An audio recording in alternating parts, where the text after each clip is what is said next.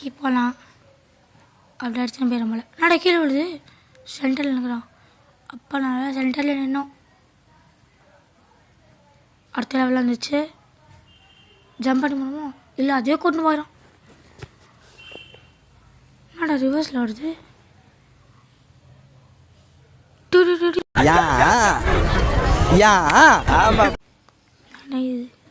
இந்த வாட்டியாச்சும் கரெக்டாக பண்ணோம்.